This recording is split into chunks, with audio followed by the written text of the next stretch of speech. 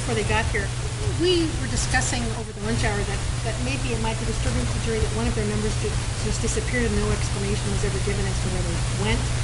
And we also talked about maybe it might be helpful for the court to give some indication as to why the person was accused. Or what do you want to say? They were talking on their cell phone about the case or something.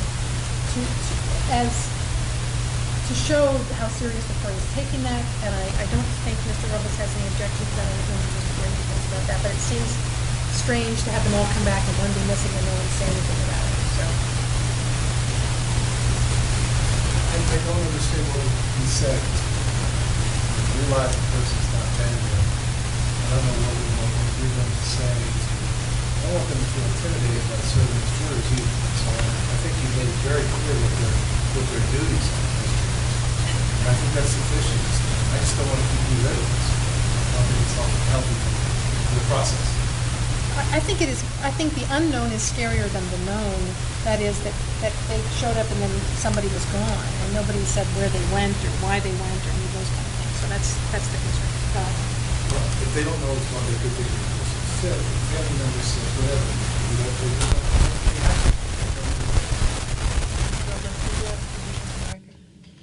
It seemed that, well, I had mentioned before, it's one thing how the court instructs, and then there's how normal, regular folks interpret the court's instructions. I feel that erring on the side of more information is better than erring on the side of less. Because someone may have, again, that juror may have simply thought that speaking about hearing Mr. Bregman was the equivalent of an environmental condition, like I had mentioned before. And I wouldn't want someone to do something in the good faith belief that they weren't violating the order, but we all see it very different. And I thought that it was very unfortunate how it happened, and I paid for that unfortunate event to happen again, because there isn't a complete, thorough communication of what your expectations are. And maybe informing the jurors of the consequences is one way to have them err on the side of not discussing the case in the various ways in which someone could. So it sounds like you agree with the state. Yes. Okay.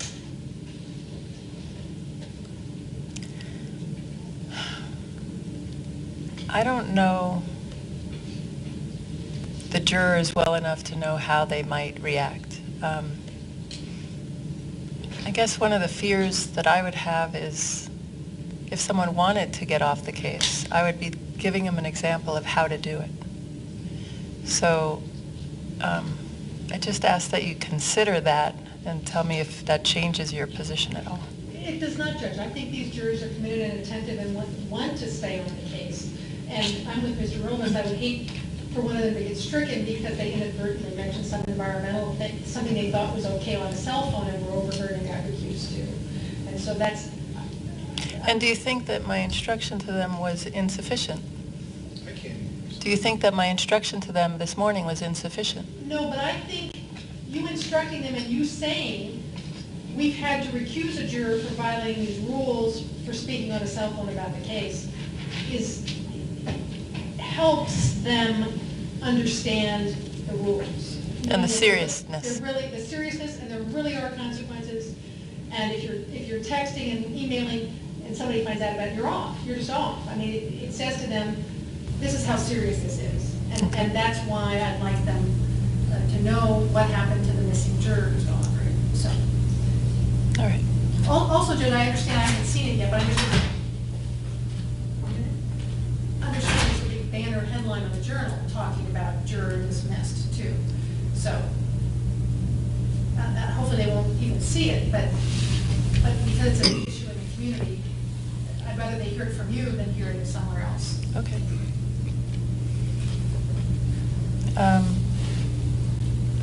Hearing your argument and your positions, I have no opposition to letting them know that a juror was excused for violating the requirement not to talk to anyone about the case on the cell phone. Did you want me to get into any more detail? That's all I think you need to say, Judge. Okay. All right. We'll bring them in then.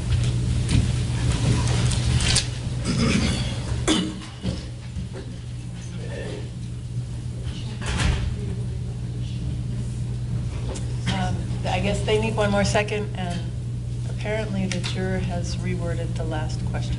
Okay. So this was courts 3. So it was related to courts 3, so this will be courts 4.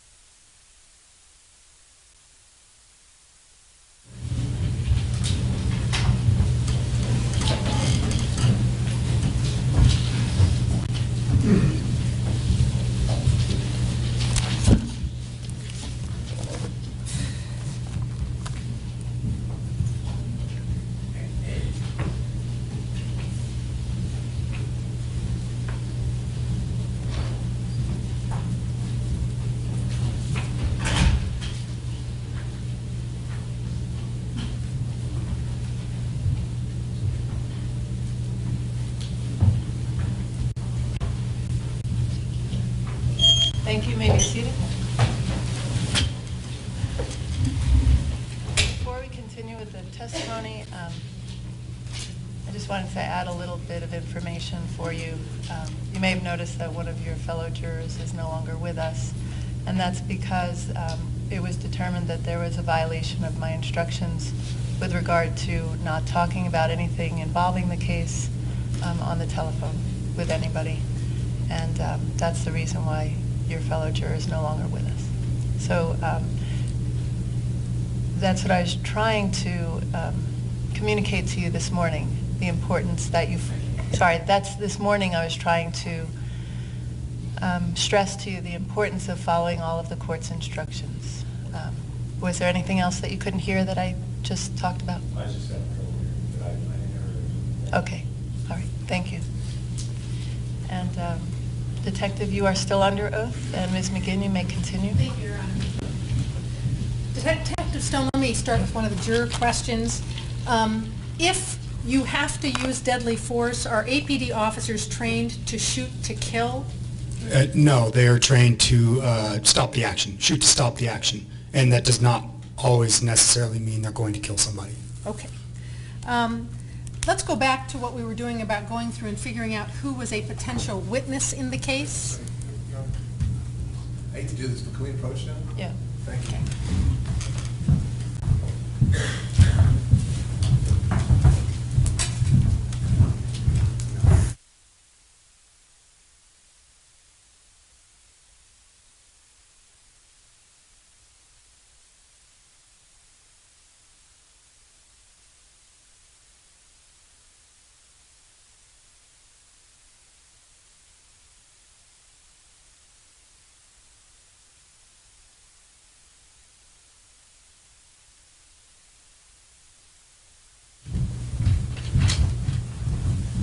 Not yet. Okay. What is it? You said that they're trained to stop the action, and can you explain to the jury what that means? Yes. So when it comes to when a deadly threat is presented upon a police officer, where it rises to the level of deadly force, say the assailant is armed with a deadly weapon, a gun or a knife. Okay, and wait a second, we don't want you to talk about what your interpretation of the deadly threat is or imminent threat, but just what are you trained to do if you have to use deadly force? You're trained to, if it rises to deadly force, stop the action until the threat is no longer a deadly threat to you. Okay, and when you say stop the action, what does that mean that you physically do? As it relates to a firearm, Yes, sir. you shoot the person until they're no longer a deadly threat to you. Okay. Is that sufficient, Judge? One more time. Okay. No, one more. Well, I think I Okay. know the question. All right. So when you were talking about shooting center mass, is that what you're trained to do to stop the threat? Is to shoot center mass? That is one of the main target areas that we are trained to shoot. That is correct. Okay. And is that the idea that if you shoot center mass, that is more likely to stop the action? Yes, that is correct. Okay. Sufficient, Judge? Okay. Thank you. Let me take you back now to figuring out who was a potential witness. And you said you photographed all of the 19 officers who were there, I didn't personally, but the criminalistics detectives did. and that was at your direction. That is correct. You were the one who decided who should be photographed. Yes, it is one of my responsibilities to make sure that who I want photographed gets photographed. Okay. And then after you got all this information, how long was the report that you wrote? My report, when I turned it in, was approximately 885 pages. Okay, so I exaggerated. It was not 899. It was 885? Yes. Okay. And did you, in doing your investigation, try to figure out the whole sequence of events that had happened? Yes. Were you able to, after you gathered all the evidence and did your investigation, figure out who came and arrived to the scene first? Yes. And was it important for you to know, even with those initial officers, what weapons they had available to them? Yes, that is part of the investigation. Why is that important? Again, when you're collecting evidence, if you find, say, bullet casings on the ground, you don't immediately right there know which gun they came from. So anyone who was there that had the firearm within close proximity, you have to make sure you know which weapon system they had as well. Okay. Can you tell the jury who were the first officers to arrive there at the foothills and talk to Mr. Boyd? There were two open space officers still with the Albuquerque Police Department, Officer John McDaniel and Patrick Hernandez. Okay. Let me hand you what's been marked as State's Exhibit 23A and State's Exhibit 24A. Can you identify those for me, please? Yes. And are those fair and accurate depictions of how those officers looked on that evening? Yes. Okay, Your Honor, I move 23A and 24A into evidence. Any objection? No, Your Honor. And were the weapons of those One officers... second, I still have to admit. Oh, I'm that. sorry, So Judge. 23A and 24A are admitted into evidence without objection. And what weapons did those officers have? They had semi-automatic handguns. Okay, and that's what you've also referred to as a sidearm? Sidearm. Did they have any kind of long guns, anything else? And no, they did not. And did either one of these officers have cameras on them? Yes, they did. What kind of cameras did they have? They are the taser cameras that are issued to field officers. Okay, and Your Honor, could you put the, Elmo? yeah, Elmo on, please?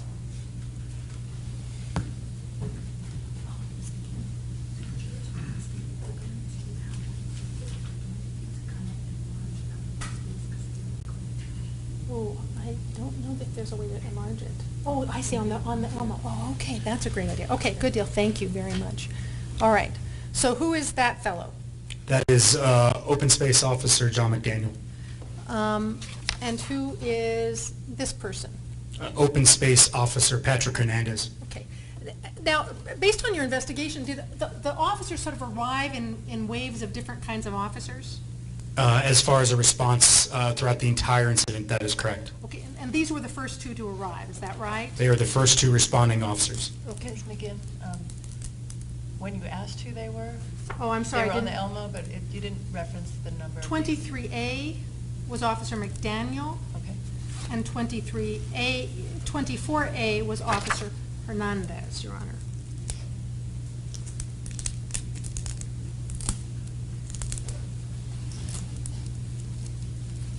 And what I'd like to do, Detective Stone, is put these up as the first arrivers on this chart.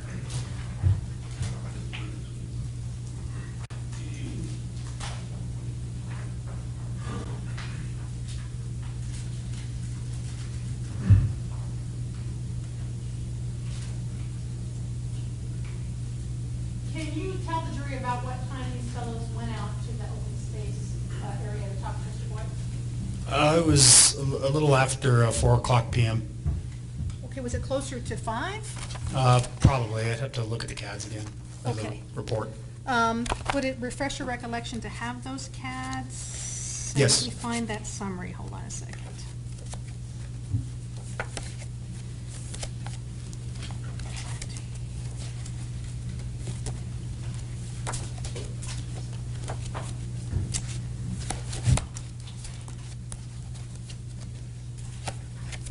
Did you actually create a summary from the CADs of arrival times?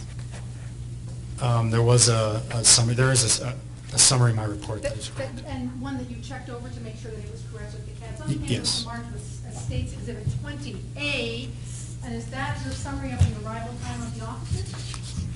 Yes, this is the summary. And is that an accurate summary of when all the officers arrived? Yes, it is. Your Honor, I would move 20A into evidence. Any objection to 28? So long as the documents which form the foundation of that exhibit are also admitted into. There's no requirement for that, Judge. That's under 1006. I would object as well, as long as the foundation, until the foundational documents are in, and I may have a few more dire questions on this particular document as well for this particular office. I don't know if you want me to do more dire or. One moment.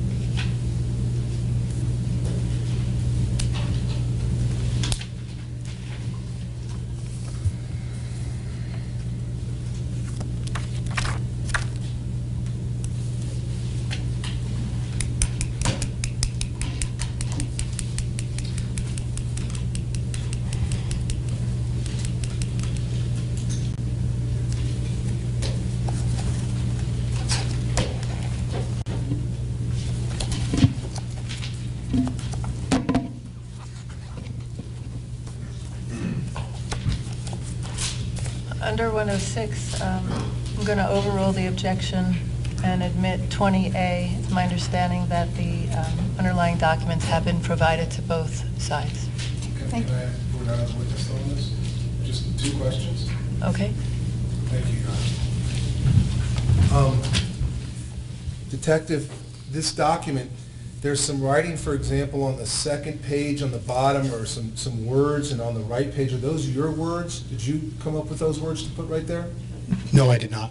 Okay, so this document wasn't actually developed by you as part of your investigation. All the stuff on the right side is, or what I was referring to, you know what I'm referring to. That's not yours. Is that the prosecutor's words?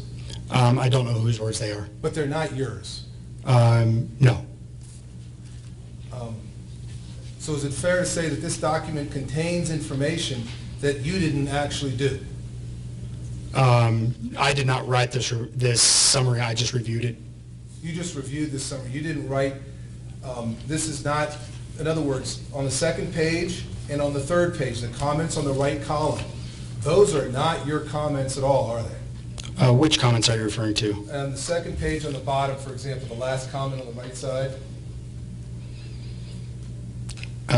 At the bottom right? Yeah. No, those are not. I didn't write this. You didn't write that, and that's not anything that came right out of your work, is it? No. Well, like I said, I didn't write this And document. then the next page is the same thing for the column. More than the 2 questions that Mr. Brennan Wow. asked. That's my objection. Overruled. Now, the stuff on the third page, on that right column as well, you didn't come up with this wording either, did you? No. Counsel, will you approach with what you're referring to? Because I see on page 2, but not 3. Sorry. I don't have the same exhibit. Well, they gave us a replacement packet today. Ms. McGinn, I don't have the same document that you're working from. Okay, I don't think we hear from you with this one.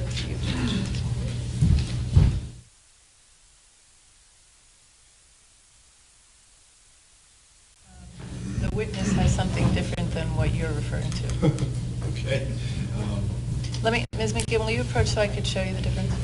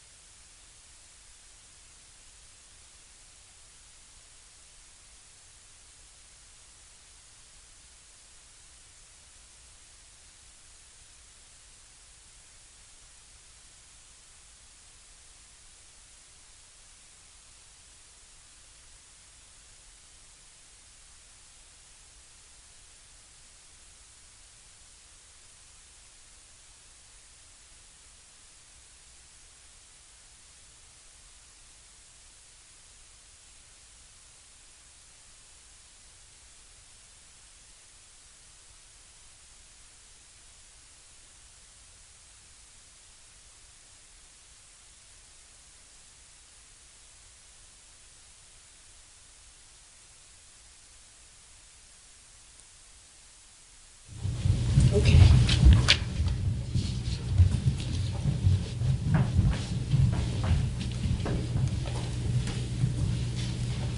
Okay, Detective Stone, how we started on all of this is that I asked if it would refresh your recollection to see that when the open space officers arrived. And does that help refresh your recollection? Can you tell the jury when the open space officers arrived at the bottom of the foothills, first of all? Yes. They arrived. Is it refreshing his memory or is it reading from it? That's the only thing. It's been admitted, Judge. Well, It was admitted with the redaction, so he's just using it. but what he's using hasn't been redacted yet or modified into the form that it will be. All right, admitted. so let me ask let me you- just instruct the witness. Okay. When your recollection is refreshed, you can look at a document, but you can't read from it unless it's in evidence. So just read it, put it down, and let them know when you're done reviewing it. Yep. But read it to yourself, not Yes, Your Honor, no problem. Okay, refreshed? Yes. All right, can you tell the jury what time they arrived? 1641. Okay, and can you translate that for lay people, please? Oh, I'm sorry, that's 4:41 p.m. All right.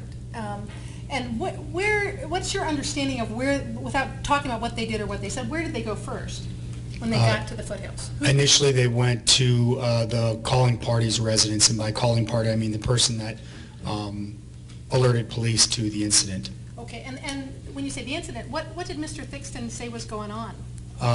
Possibly someone camping in the open space. Well, it's to show his investigation, Judge, and why the officers responded not to. And we're going to have... It's not to show his investigation. It's hearsay, objection hearsay. Overruled. Okay, you can answer why Mr. Thixton called the APD. Yes, because there was somebody possibly camping in the open space area. Okay. And in your investigation, did you try to determine whether there had been more than one person camping at that location in Mr. Boyd's camp? Yes. Okay, what did you find out about that? Through the investigation, there were more than just one person possibly camping in the area. There were, in fact, according to my investigation, two And people. who were the two people? One individual was later identified as James Boyd. There was another individual, an African-American, either male or female. It was unknown, but we never identified that person. Okay, and how did you know there was a second person? What evidence did you find that there had been two people camping at that location? My interview with the reporting person, Alexander Thixton, as well as photographs that he sent me. Okay, he had been taking photographs of the people that had been camping behind his place? That is correct, not just on that day, but previous days. Okay, and were you able to tell if the African-American was a man or a woman, or did your investigation lead you to lean one way or the other? I couldn't tell. I had heard different things from different people, but I don't know. Okay, did you go out and try to find that person that had been living with James Boyd up in the mountains? Yes, I did. Okay, and what success or not did you have? I had no success. I was not able to locate that person. And what kinds of things did you do to try to find that person? I asked around the neighborhood if anybody had seen or known this person.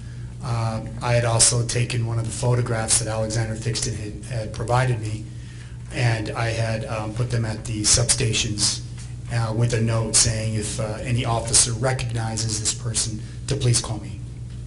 And none of the leads panned out for finding that person? No, they did not. Okay. How long had they been camping out in the foothills? Unknown on exactly how long they had been there, but my investigation revealed that it was at least a month prior. Okay.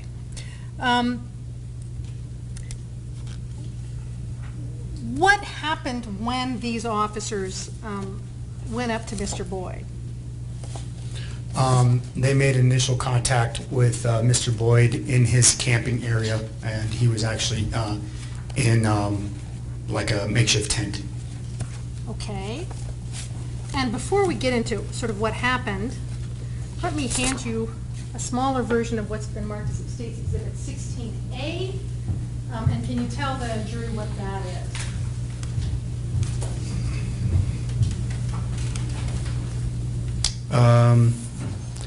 It is kind of an aerial view of the open space area where this occurred. It's a hilltop, commonly referred to in that neighborhood as U Mound.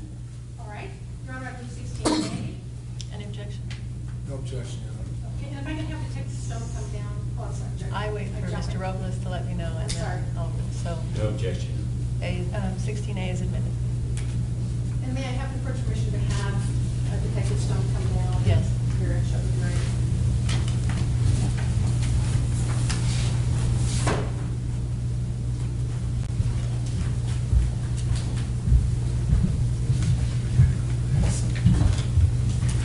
Detective Stone, can you explain sort of what the U-Mound is and what that hill is behind there? And then I'll ask you where all this took place.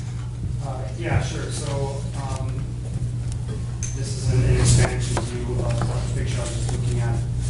So you'll see up here, I want to direct your attention to just the north seeking arrow indicator. So what you're seeing is this direction is north.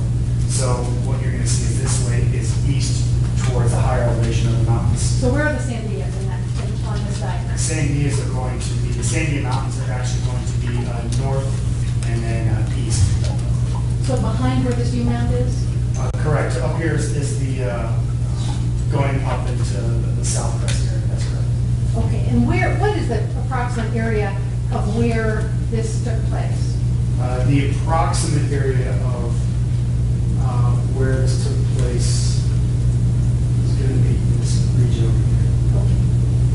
Thank you, Detective Stone. You can sit back down. And before you go, what is the slope going up this U-Mound as far as steepness is concerned? It starts off, so the residential areas are going to be off where you can't see them on the picture itself. It gradually starts to slope up and then it gets very, very steep as you get into this rocky tree over here, all the way up to the top of the U-Mound.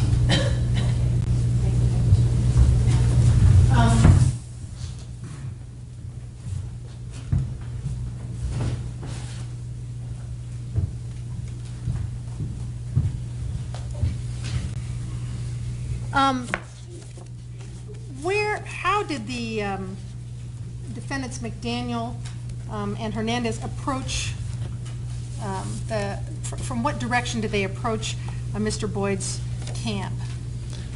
After they left Alexander Thixton's residence, they actually drove out of the neighborhood to the area of where Copper ends. Copper is a street in the Foothills Area Command, and the major intersections are Tramway and Copper. And if you go east on Copper from Tramway, there's a little open space parking lot area where you can get out, and there's hiking trails and stuff like that. That is where they parked. And they approached the area of where James Boyd was camping at the time along the main kind of trail that you see to the bottom of the photo. Okay. Did they have some kind of camera on them as they approached Mr. Boyd? Yes. What kind of camera was it? It was a taser cameras. And did they turn in their video footage from the taser cameras? It was collected that night. And did it show a lot or not, those taser cameras? It showed certain things on specific to actually both cameras. You couldn't see James Boyd the majority of the time just simply because of the way the camera was oriented and the elevation. You're just kind of really seeing rock and ground most of the time, okay. And shadows. And you've reviewed those videos and the stills that have come from it, and let me hand you what's been marked as 7C, 7CI, 7C1, 7C2, and 7C3. And can you identify those for me, please, sir?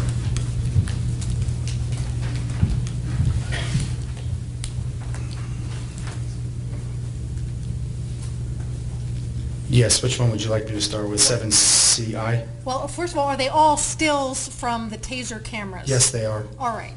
And Your Honor, I'd move 7C 1, 2, and 3 into evidence. Any objection?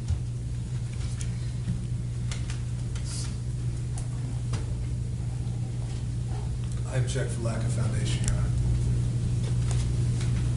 No objection. If you just ask a few more questions. Sure. Are these fair and accurate depictions of what was on the taser cameras of McDaniel and Hernandez? Yes.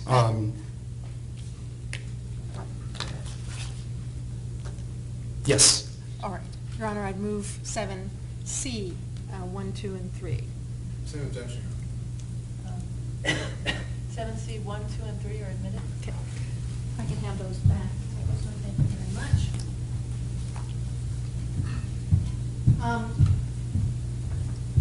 We're going to have the open space officer come and testify about what happened, but Objection to the attorney testifying, Your Honor. all right. Let me ask you, sir, does 7C 1 give the jury a feel for sort of what the taser... Reveal the actual person who took that should be testifying to that, and whether or not this was actually a feel or not. Overruled. And when you said that it didn't show a lot of Mr. Boyd, most of it, can you explain why the taser cam wasn't showing Mr. Boyd or the person they were talking to and showing the ground like this? I think it's just because of the orientation of the camera and the elevation of the train. How does the taser cam sit on? It sits on their collar, the uniform collar. Okay. And then let me show you 7C2. At some point, the officers pulled out their guns, and does this picture depict the shadow of one of the officers pulling out their guns? Objection to attorneys testifying. There's a question. At some point, they pulled out their guns. That's testifying, Your Honor. Can you tell me what this picture depicts, Mr. Stone? It depicts the officer has his gun at a low ready, and you can see in the lower left-hand corner how he has the pistol in his grip, or in his hand, and you can also see it in the shadow. Okay. When you talk about a low ready, is there a difference between a show of force and a use of force? Yes. Okay. And what is a low ready? A low ready is kind of similar to what I discussed earlier with the rifle. When you pull out your sidearm or your rifle, you're not going to walk around like this all the time.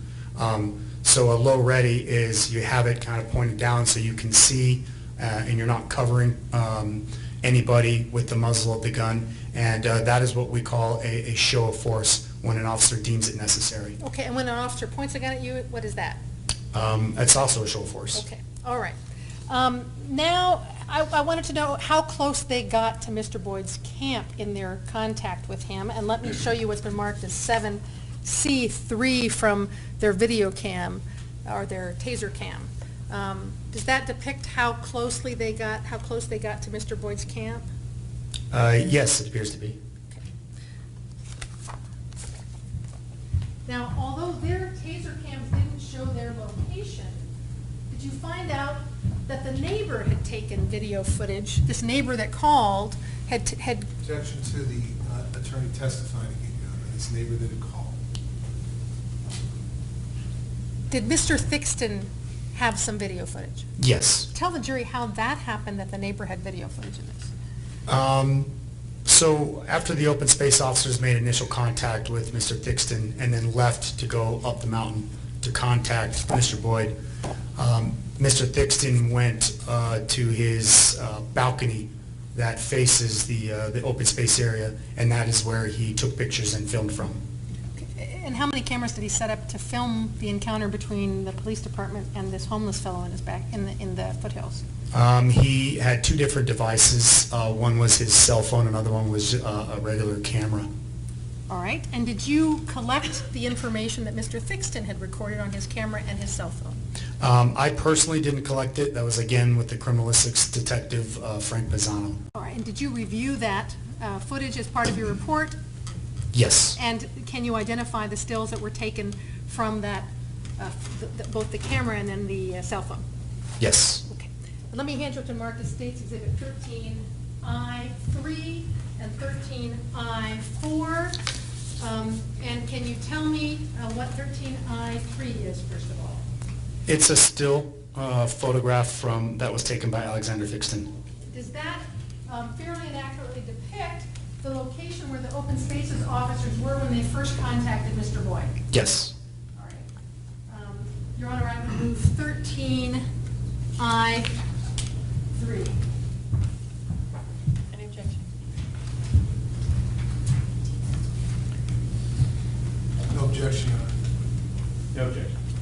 13I3 is admitted. Okay. And in this photograph, you can see, this is the one taken from Mr. Thixton's balcony. That's correct. You can see Mr. Boyd here, and you can see the officers with their guns out. And can you tell me, is this the low-ready position you were talking about, Detective Stone? Sustained. What position do they have their guns in at that point, sir? Low ready. Okay. And then, after they had their encounter with Mr. Boyd, what did they do? Upon their, which part of their encounter? Well, let me ask this first. Did you collect the taser cam tape that has the audio? Again, I didn't collect it personally, the criminalistics detectives did. All right, but then did you listen to it to see what had happened? Yes. And can you hear on that tape how long the encounter takes and how long it is before they pull out their guns? Yes. All right. Your Honor, at this time I would move and offer to play Exhibit 7B. Well, and one more second, Judge. You've actually reviewed the transcript with the excerpt of the transcript that the state prepared, excerpt of the video that the state prepared with a synced transcript, have you not, sir? Yes. And have you determined that the words on the transcript are correct as far as what is being said on the video? Yes, they appear to be. All right, Your Honor, I would offer 7B with the synced transcript and offer to play that for the jury at this point. Any objection to 7B? Your Honor, we ever received the actual, I mean, I see a disc here now, but the actual synced transcript on it, Your Honor. I don't want to check too much. Can we approach? Yeah. So she's had it for weeks, this transcript. You may approach.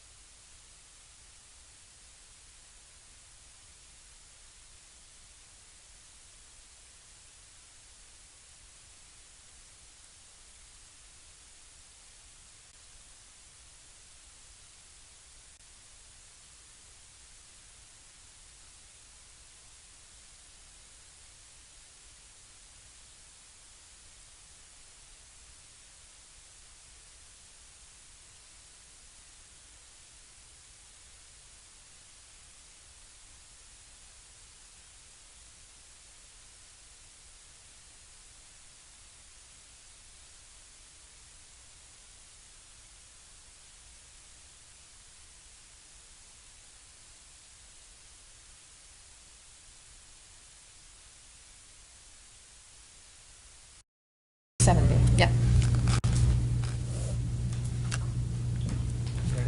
Okay, yeah.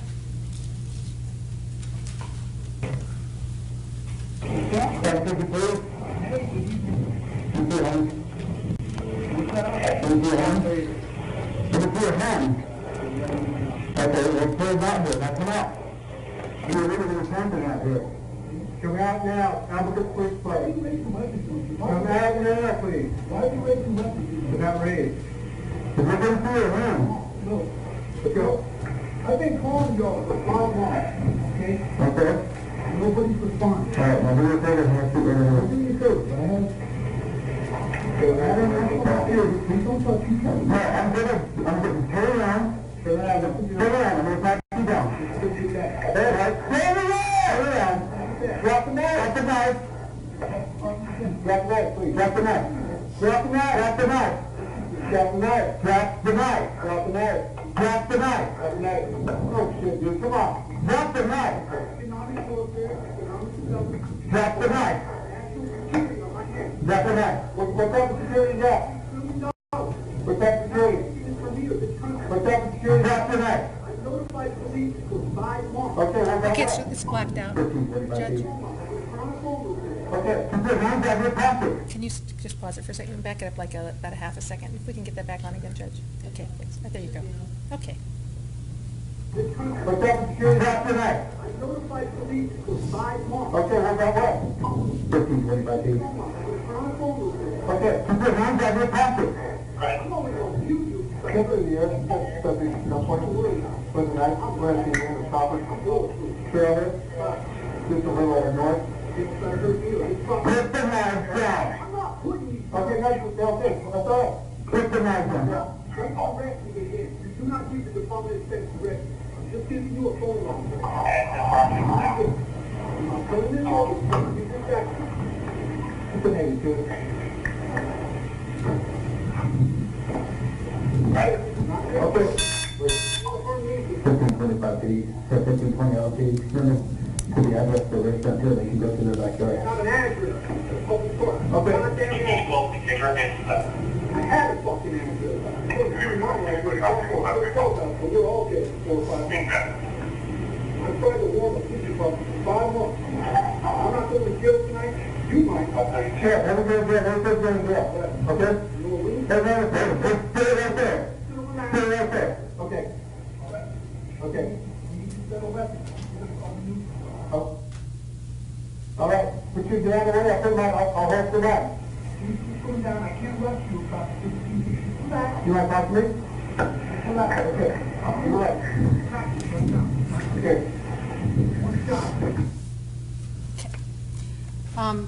Is that the tape of the initial encounter with Mr. Boyd? Yes. And was there a photograph, when they asked him to turn around and frisk him, and then he pulls out the knives, what did the officers do? They, again, drew their firearms out, brought them up, and you can tell from the video that they began to disengage while giving him commands to drop the knife. All right. And most of the commands they give him to drop the knife occur in that first minute, do they not? Yes, numerous times. They say it over and over and over again. Objection, leading. Was there a photograph from Mr. Thixton of where they then moved back to and set themselves up? Yes. Okay, thanks, Mike. I need to show this just for a second. Just stay here with your computer there, and then we'll... Judge, if we can switch back over here. Oh, I forgot to move this into evidence. Let me show you what's marked as 13I4.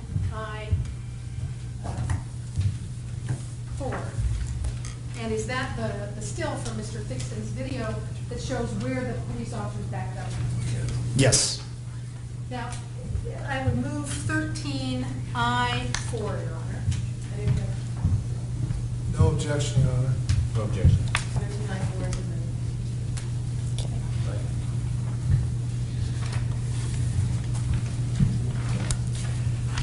While we're waiting for this to come back on here for a second. Did it shut off somehow, Mike? Did you unplug it? She steps on the carpet. Was it me? Okay. All right. Yeah, I'll do it. I got hands.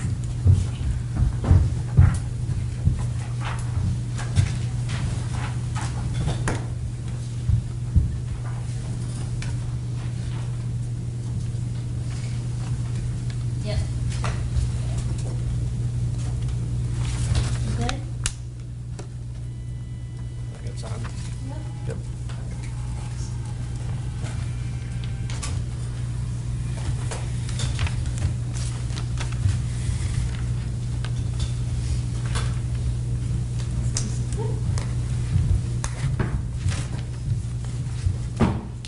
While we're waiting for this to reboot up.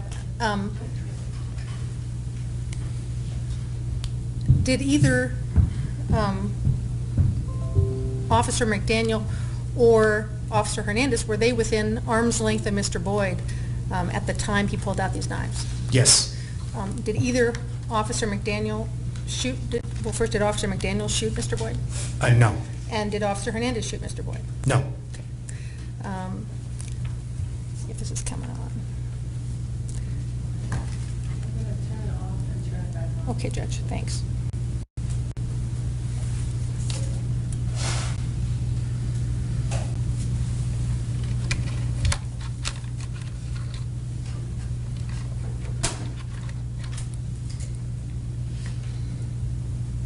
And Judge, I can just, while we're, you know what, I can just show this. Rather than put it on the screen. I can't hear what she's saying. I said I'm just going to show it to the jury rather than put it on the screen. Oh, there you go. Finally, okay. Is 13I-4, does that depict where the officers moved to in relation to Mr. Boyd? It appears to be at that particular moment, yes. All right. And then what happened next? As you heard in the video, Officer McDaniel gets on the radio and requests backup and advises what's occurring. Okay, and let me hand you what's marked as states 17A. With this over, and again, first of all, can you just identify that for the jury, please? It looks like in some kind of overlay on that picture with the actual photos taken from the criminalistics detectives and maybe a photo of James Boyd from the actual camera. Right, and does that fairly and accurately depict the approximate location of the two open space officers after they backed away from Mr. Boyd? Approximately. All right, Your Honor, at this time I'd move 17A.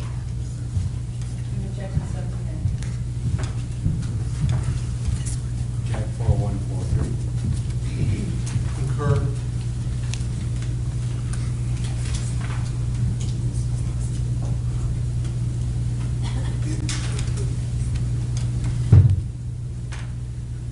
Approximately, Your Honor, was a word that the witness actually used. That's. Okay.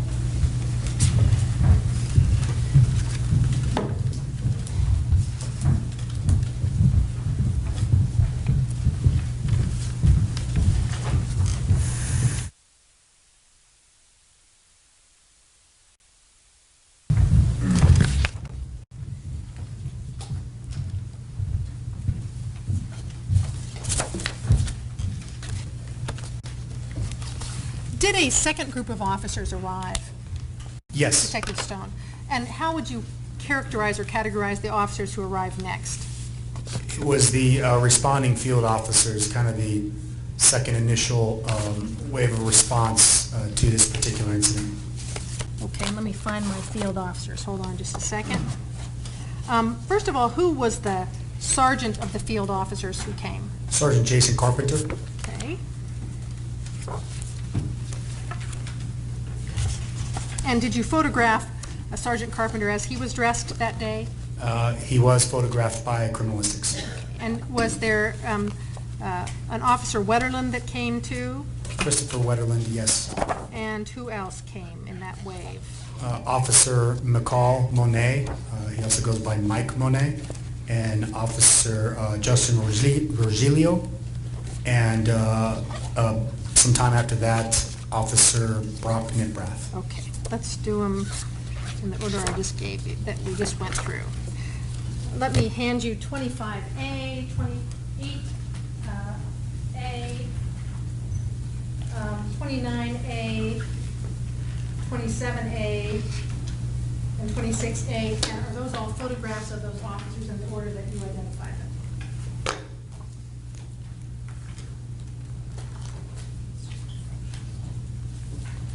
Yes.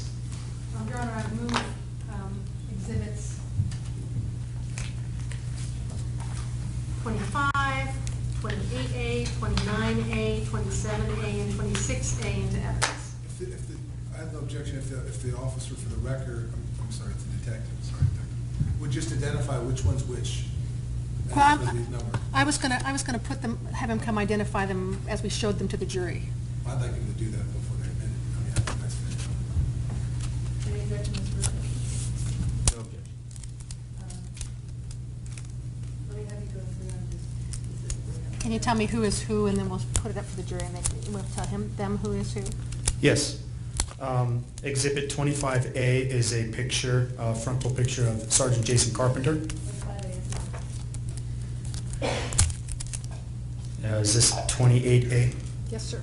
28A is a frontal picture of Officer Christopher Wetterland.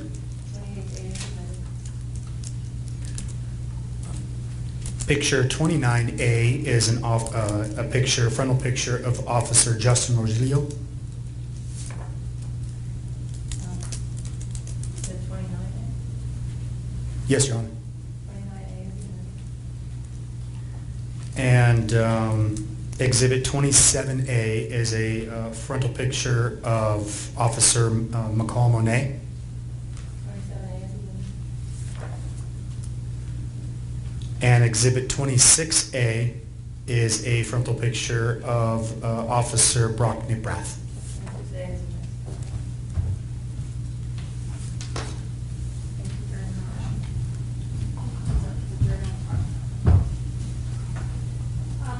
First, could you tell the jury who was in charge, and let me show you this person first.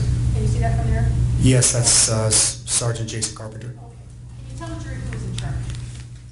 He was the supervisor on scene, so he was in charge. All right. And do you know can you identify this officer 28A, please? That, again, is Officer Christopher Wetterland. And what was Christopher Wetterland's role out there at the scene with the field officers? He responded with a less lethal beanbag shotgun. Okay. And this officer, number 29A, Justin Rogelio. and what was his role out at the scene? The same as Christopher Wetterland, a cover officer, someone who's to cover other officers, and he also had a less lethal beanbag shotgun. All right. And then there's this big guy here, 27A, Michael Monette, That is correct. and 26A, who is Brock Niprath. That is correct. Okay. I want you to talk a little bit to the jury about these two officers. What kind of officers were Michael Monette and Brock Niprath? They were at the time CIT officers, and what I mean by CIT is they are trained in crisis intervention, so crisis intervention training. And what does that mean that they're trained in crisis intervention? It is a course that they go through where they are trained in dealing with someone who is in crisis or someone who may be suffering from mental illness and may be having an episode at that particular time. They are trained in de-escalation skills, verbal skills, to try and bring about a peaceful resolution to a situation, as far as using their words, kind of trying to identify with them and kind of calm them down. Aren't all police officers trained in that? You do have training in when you're in the Albuquerque Police Department Academy. You do go through 40 hours, and I'm sorry, I'm speaking for myself. I don't know if it's changed as far as the hours, but I was trained in at the academy 40 hours of crisis intervention training, and then all officers after that were required to go to an additional 40 hours of crisis intervention training. Okay, how many, so why would you call a special CIT officer if all the officers have had 40 hours of training in the academy? Because of the additional training, they go more in depth into de-escalation skills and using verbal skills in order to talk to people in crisis or with mental health issues. So because of that specific training, they are often called upon to actually arrive on scene to kind of, in certain instances, take over rapport with the individual who may be in crisis. Okay, and so they are better qualified and better trained than an officer who's just had the academy training to deal with mentally ill people, is that right? Leading, Your Honor. Who is the best trained person to deal with a mentally ill person between a regular officer and a CIT officer? Due to the expanded training, they're supposed to be better qualified. Okay, and what is the policy about if there is a negotiation to be had with a mentally ill person and you have a CIT trained officer on site? If they're on site, then typically they're the ones that are going to be doing the negotiating and the talking.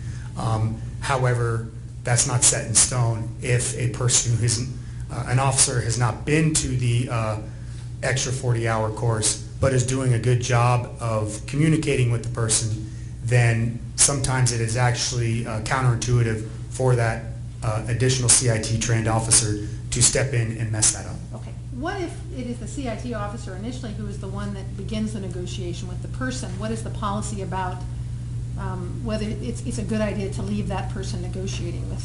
Again, if everything seems to be going okay, they will continue with the line of communication. And why do you want to do that?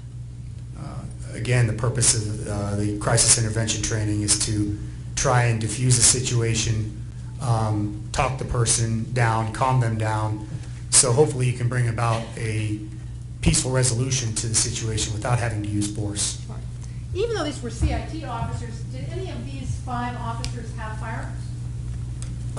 Every police officer is equipped with firearms. All right, and so what kind of firearms did they have up there with these 5 field officers? Everyone, again, every police officer that you see on the board there has their duty issued sidearm, which is the handgun, on their in their holster. And typically, how many bullets does their service revolver have, or their service firearm have? 17. Okay. If they're carrying a Glock, if they're carrying at that time, if someone was carrying a 1911 style firearm, they could have been carrying 8 rounds. All right. And did they also have long guns, the officers who responded, the field officers that responded? Officer McCall Monet, you can see from the photographs, deployed with a rifle. And when he was negotiating with Mr. Boyd, did he continue to have the rifle, or did he give it to someone else? He had the rifle. Okay. And then, as the negotiations began, did Mr. Boyd make a request to talk to a different kind of officer? Yes. Who did he want to talk to? He wanted to talk to someone with the state police. And what did the field officers do when Mr. Boyd said, I don't want to talk to you, I want to talk to the state police? Well, they did continue their dialogue with Mr. Boyd. They didn't cut that off. But Sergeant Jason Carpenter did make a request over the radio to dispatch to see if someone from state police could respond to the scene. And did state police officers come? 2 state police officers did. Who were the officers? Officer Mitch Bankston and Chris Ware. And did you take photographs of those officers who responded to the scene and what they were wearing and what kinds of weapons they had? The criminalistics detectives did take photographs of them. At your direction?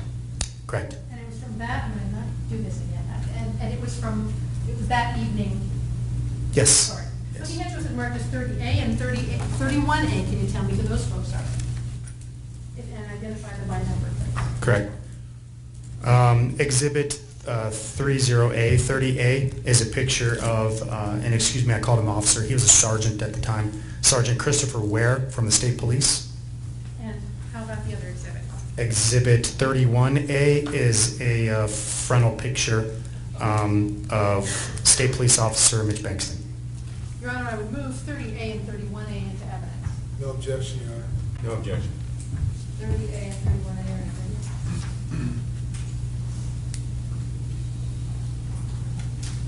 So were these two state police officers successful at negotiating with Mr. Boyd? No. Okay.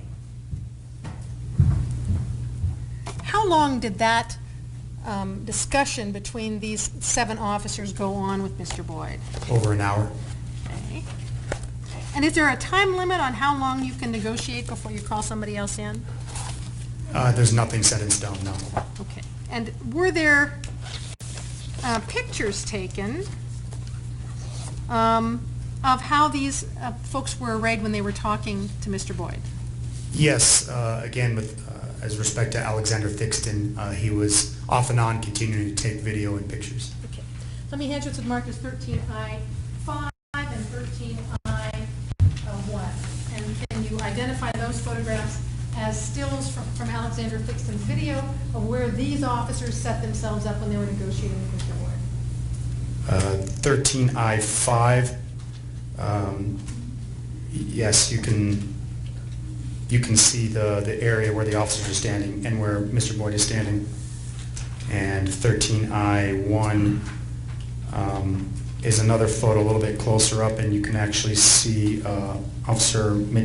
State Police Officer Mitch Bankston has kind of joined the area. Your Honor, I would move 13I5 and 13I1. No objection, Your Honor. No objection. 13I1 and 13I5. And let me pull this out a little bit so the jury can see it. That was the first one you identified of Mr. Boyd, and then the initially responding officers. Can you point out where Michael Monet is? Or Michael Monette is? Right here. He's the tallest guy out there? Appears to be. Okay. And if you can undo that one, and in this photo here, what I can do is maybe put your circle on Michael Monette. There you go. So there's Mr. Boyd again. Where is Michael Monette in that picture? Right here. And can you show me where the other CIT officer, Brock Niprath, is? He's up here. All right. And where is, it looks like officer, the open space officer Hernandez is up there as well?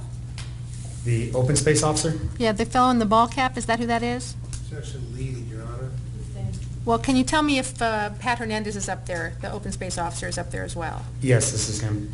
And open space officer McDaniel, is he up there too? He's right here.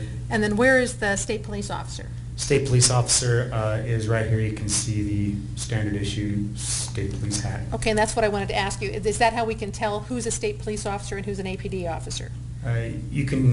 He's very distinct because obviously the uniform is different. He's got the stripe down his leg and he's got the state police hat. Okay.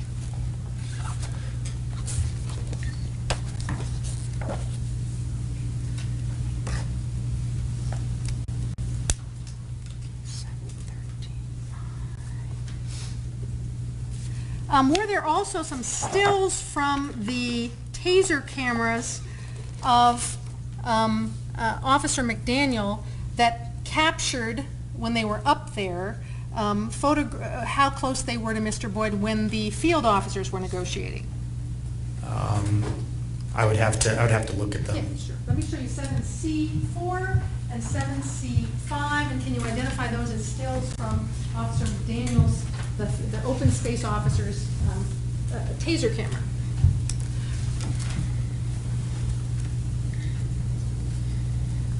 Yes, they appear to be. Okay, and did those fairly and accurately depict where the officers were standing in relation to Mr. Boyd when the field officers were out there? Yes. Your Honor, I would move, and I'm sorry, can you tell me what those numbers are again? Detective Stone? 7C5 and 7C6. 7C4. 4. Any objection?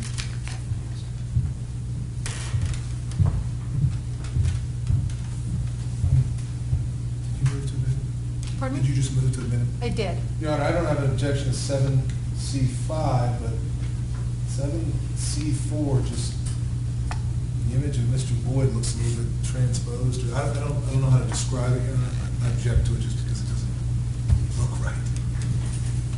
It's what we have to work with, Judge. That's what we can get off the video. Any objection, Mr. Rhodes? No objection to State's Exhibit 7C5, north to 7C4. 7C4 and 7C5. Let me put this one up first. Can you tell me what officer this is right here that we're seeing from behind? This is Officer Christopher Weatherland. Okay, and is he approximately on the same level as Mr. Boyd? Same, rather than above or below him? Objection, lack of foundation requires speculation as well, Your Honor. All right, let me show you 7C5 then. And can you show me where Officer Weatherland is in this particular photograph? He is right here. Okay, and can you tell from that photograph whether they are on equal ground or he is above or below Mr. Boyd? From this photograph, it's hard to tell because it's two-dimensional. I just don't know. Okay.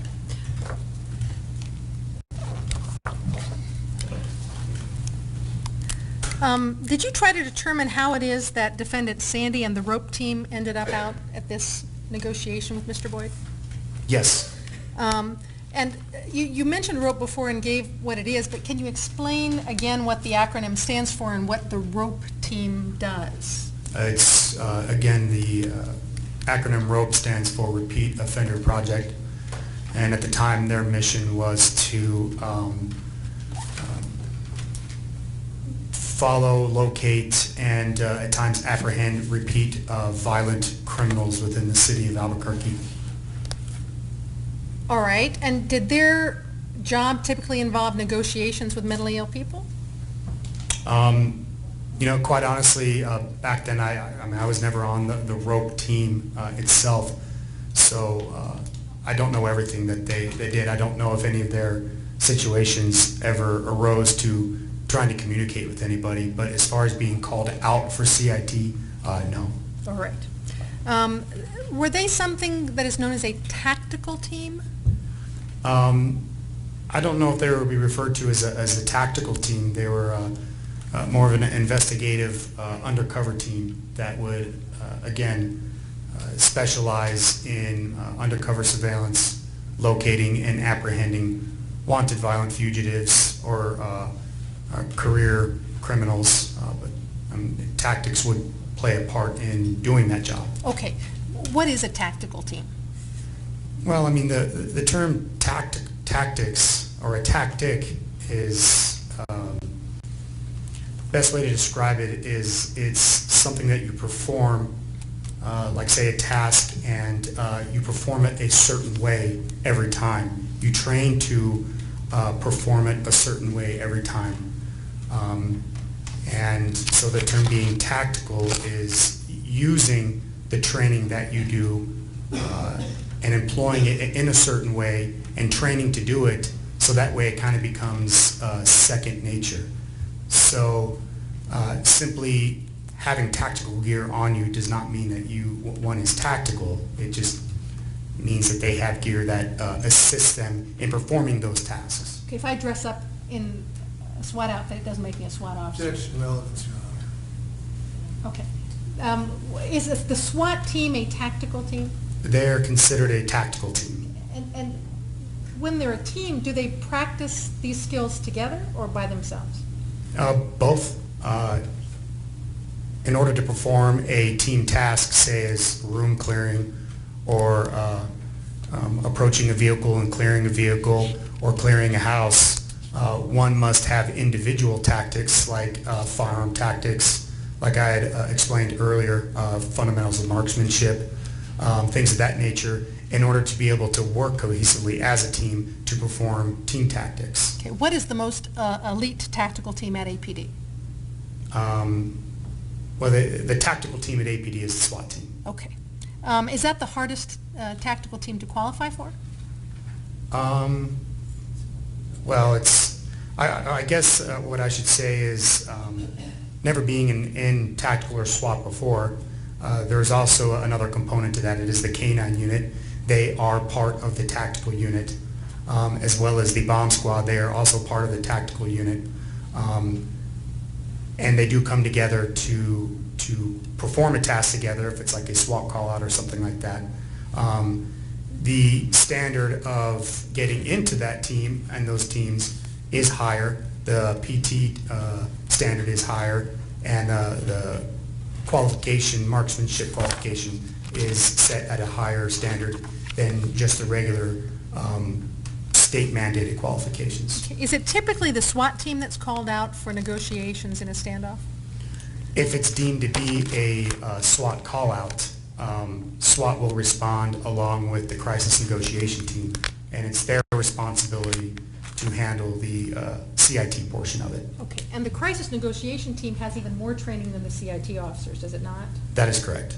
And that activates or is called out by the SWAT unit? Is that how that works? It is, and how it actually works is the supervisor on scene, who in this case was Sergeant Carpenter, would have been the one responsible to contact whoever the supervisor on call was for the tactical unit, the SWAT team, communicate what was going on, and at that point in time it would have been the supervisor on scene's responsibility to make it a SWAT call-out, an official SWAT call-out. Okay, so who makes the decision that we can't handle it for this group of 7 here? Sergeant Carpenter. Right, would be Sergeant Carpenter. If he thought that they needed a SWAT call-out, he would be the one who would call out SWAT, is that right? It would be his responsibility. All right. There was was there a SWAT call out during this hour or so that the field officers were negotiating? No. All right. What happens as far as the chain of command when SWAT arrives at a scene like this and is called out? Who is in charge when that happens? Well, it's kind of a long process when SWAT shows up. But when the SWAT sergeant and if the SWAT lieutenant show up, once there's been kind of a good brief of what's going on with the critical incident is what we refer to it as. The actual SWAT supervisors take over responsibility of the actual incident itself. Okay. And do they have the authority then to replace whatever officers are up there with SWAT officers? Yes, and that's what happens when there is a SWAT activation. Once the SWAT team members start arriving and they get together, the sergeant or team leader, whoever that may be, will start directing SWAT officers to different locations wherever they deem appropriate, and that's up to them how they want to allocate their forces around the perimeter. And the intent is to replace all responding field officers in the area with tactical officers. And would it have been the SWAT sergeant's decision then whether to keep, for example, if these CIT officers had established a rapport with Mr. Boyd, does the SWAT sergeant sometimes keep the CIT officer who's got a rapport with the subject on the scene talking to the subject? Objection leading, it assumes facts, not evidence, and is hypothetical. Okay. What authority does the SWAT sergeant have as far as leaving the CIT officer in place to negotiate with the subject if they've been doing well at that point? Again, it's up to the SWAT sergeant on scene. There will be a point in time where CNT will take over and that CIT officer may in fact be replaced. When that happens is totally up to the SWAT sergeant. Okay. Your Honor, I think it may be a good breaking point if you want to take an afternoon recess. Sure. Okay.